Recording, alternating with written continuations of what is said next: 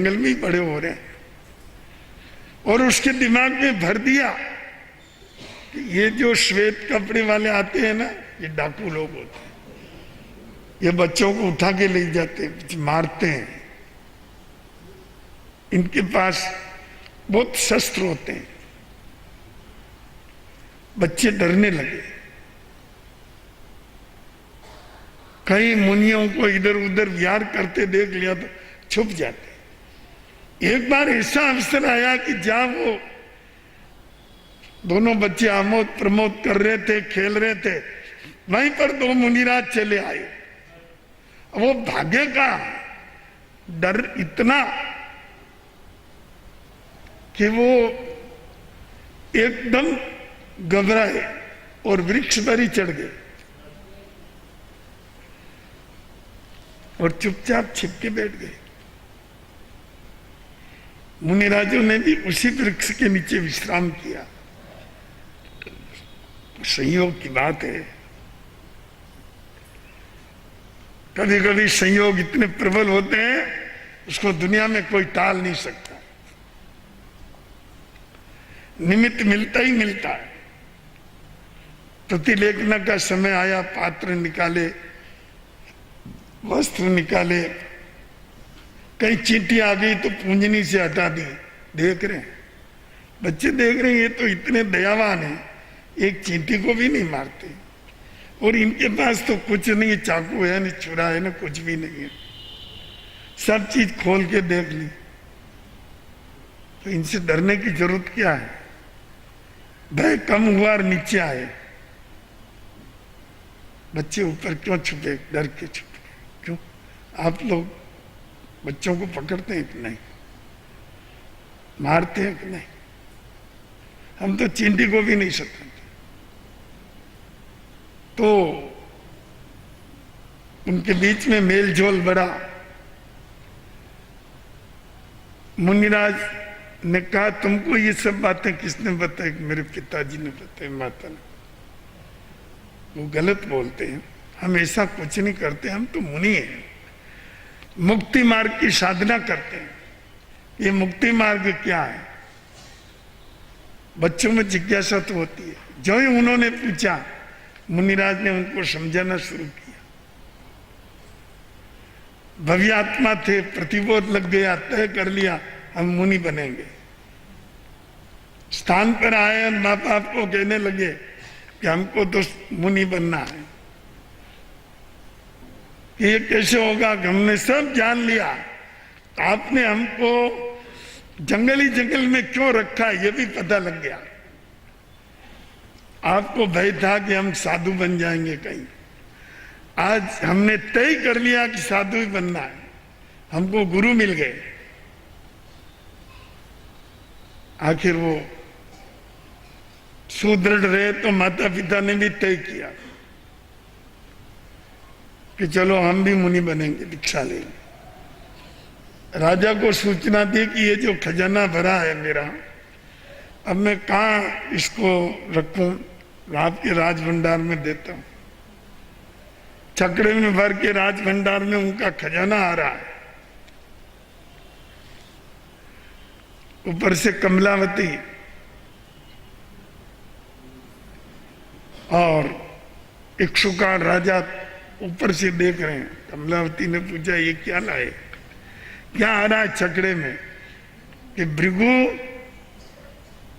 और यशा और उसके दोनों पुत्र दीक्षा ले रहे हैं।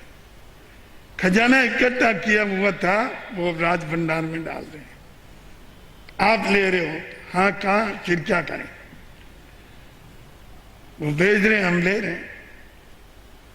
कमलावती ने कहा, एक ठोकरा और एक चाटरा,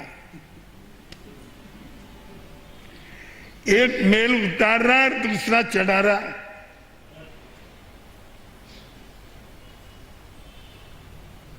कितनी विद्वान थी वो, कितनी वैराग्यवान थी, कितनी सद्ग्रहिणी थी, कितनी तत्वज्ञ थी। उसने कहा, ऐसा क्यों कह रही है? परिग्रह है। परिग्रह वो तो त्याग रहे, तुम ले रहे हो। खुद को तो धन्यवाद है और अपने को धिक्कार है कि अपन परिग्रह स्वीकार कर रहे हैं। रानी मैं अकेला ही नहीं हूं, तुम भी तो हो ना, तुम्हारे लिए ही तो कर रहा हूं। उसने कहा मुझे कुछ नहीं चाहिए, मैं तो आज से नहीं बहुत वर्षों से ये इस प्रतीक्षा में हूं कि कब ये पिंजरा टूटे और पंछी बाहर जाए। ये पिंजरा है, चाहे सोने का है तो भी बंधन है। मैं तो मुक्त होना चाहती हूं। इस मोह माया के पिंजरे में मेरा कोई रस नहीं है। उन्होंने इक्षुकार को भी प्रतिबोध दिया। पुरानी ढाल में तो पद्य हैं, बड़े मार्मिक हैं। सोना को पिंजरो राजा, हीरों से झड़ियो। सोना को पिंजरो राजा, हीरा से झड़ियो। सुओ तो माने बंधन, कर तो रे नित नित क्रंदन।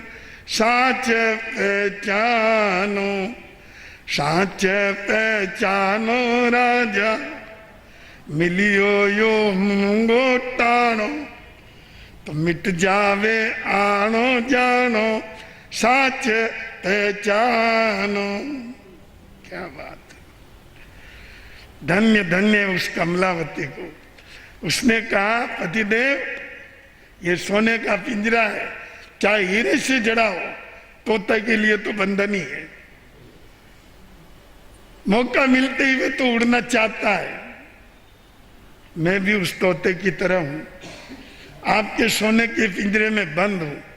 कब ये टूटता है और बाहर निकलूं। अपने साथ एक छदाम भी आने वाला नहीं है। क्यों परिग्रह की भावना रखते हो, त्याग की भावना। और उन चार के साथ ये दो छह ने मुनि व्रत ग्रहण कर लिया। बंधो, जो बात मैं कह रहा था, परिग्रह के प्रति अपनी दृष्टि बदलिए। ये किसी पर एहसान करने की चीज नहीं है, पर ये परमार्थ साधने की चीज है कि हम सेवा करके परमार्थ साधे। मोक्ष मार्ग के पहले अंग की आराधना करें। मोक्ष मार्ग के पहले अंग की आराधना करेंगे तो दूसरा तीसरा आगे के अंग भी जीवन के अंदर विस्तृत होते हुए रहेंगे। और ये लोग ये सारा साधन अपने आत्म कल्याण में सहायक बन जाएगा। आज के प्रवचन का यही सार है। आत्मसात करें। आनंद आनंद गुरु आरती।